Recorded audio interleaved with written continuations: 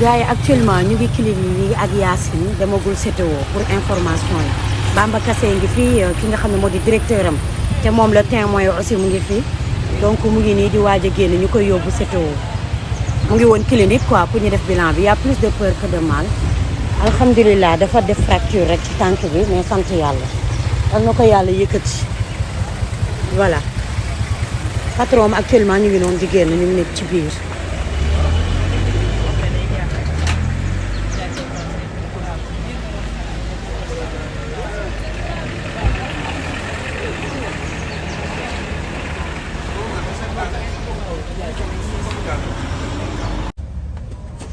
On y va, nous.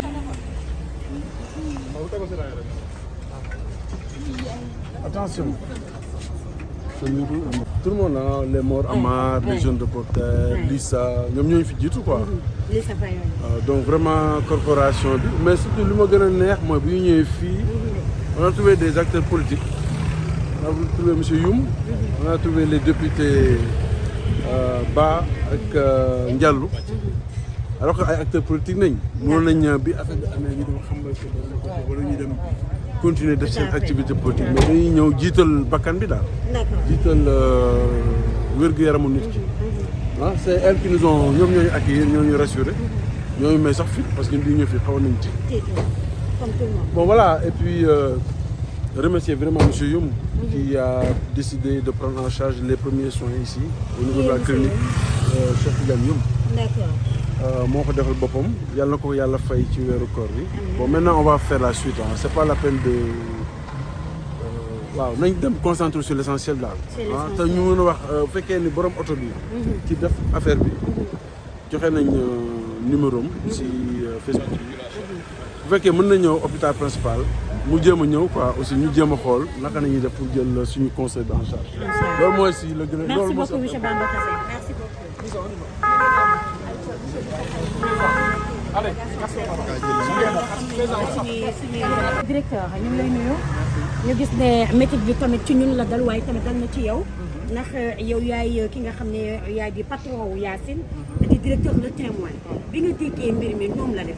non dama tiit parce que dama nekkoon benn entretien alors ak benn personnalité économique ba ma génnee dama gis sama téléphone bëri ay message daal ñii ay samay xarit ñii woo ma 5 fois 6 fois 7 fois ma tiit ku ma si njëkk a rappelé ki moom moo ko informé man dama tiit je n'en revenais pas parce que quand même ma ne ban Yacine ñu ne ma Yacine ma ne leen non c'est pas possible parce que dañ ma ne est-ce que da nga am caméra bu man bu tudd Yacine ma ne leen waaw ñu ne leen ah il paraît que xaw ma dañ oto moo jaar ci comme gendarme yi ñoo doon chargé oto dal ci kawam donc comme fi ma nekkoon sorewul ci laa daw si ñëw siège wu PRP bon mais fekk ma fa kenn et bon voilà ma jubal bureau ba ci lañ ma woowee ne ma mu ngi ci clinique bi fii ci laa daw si ñëw mais vraiment choc laa ressentir parce que vraiment Yacine sama Yacine la daal.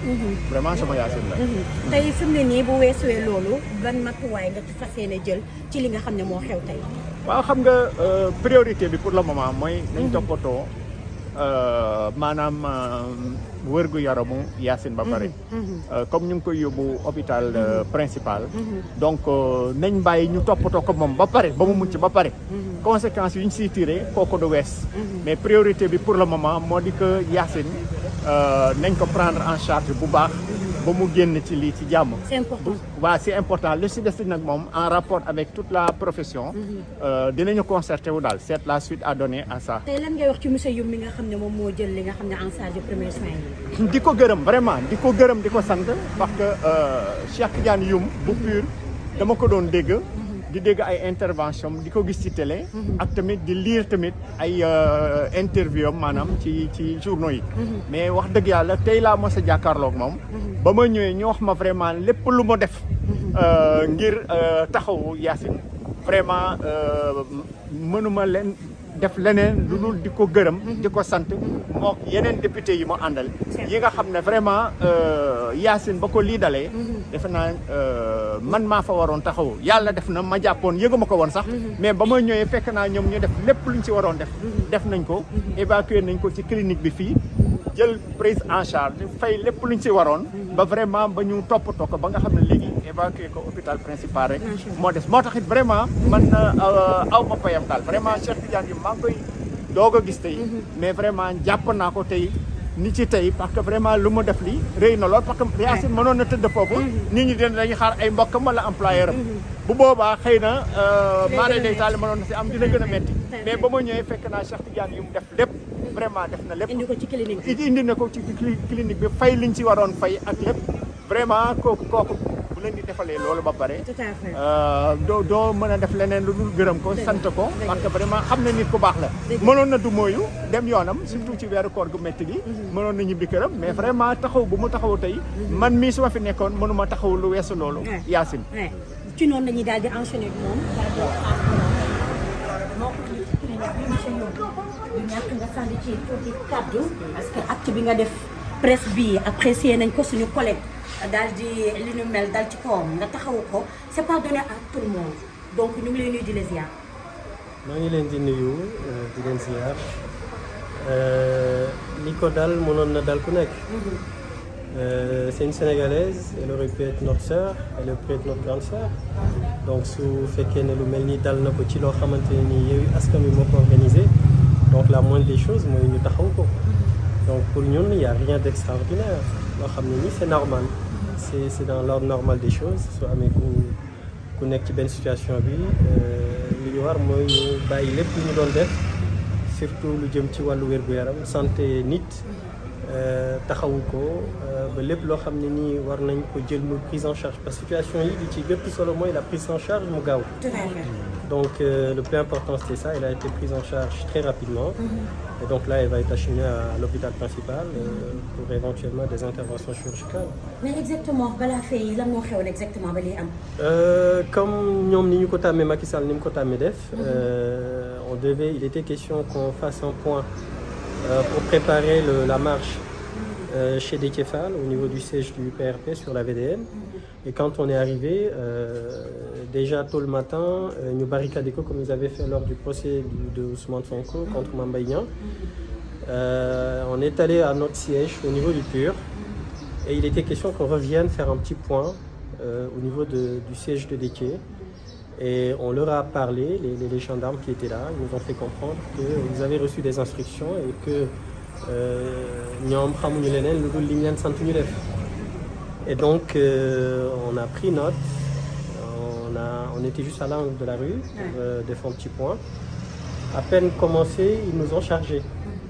Et c'est de là que je pense que c'est Yacine. Yacine, oui. Voilà, elle a été heurtée par une voiture qui venait dans une rue perpendiculaire. D'accord. Après ça, quelle a été leur réaction, les gendarmes? Bon, enfin, moi je les ai pas vus, mais compte tenu des informations qui ont été données par Birame Souleye, le président du groupe parlementaire Yewwi, qu'ils étaient là, ils l'ont vu par terre, mais ils n'en sont pas du tout préoccupés.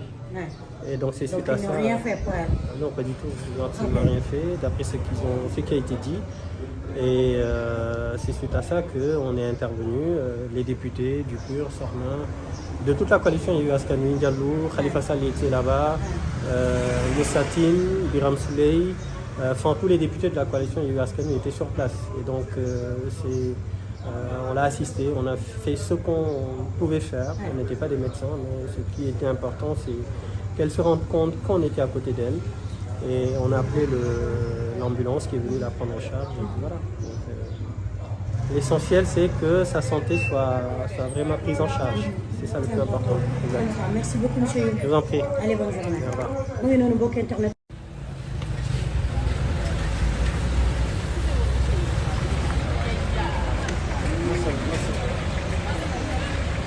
Donc patron mu ngi noonu ci biir moom la ñuy yóbbu ni sa taw pour ñu tabax tànk bi massa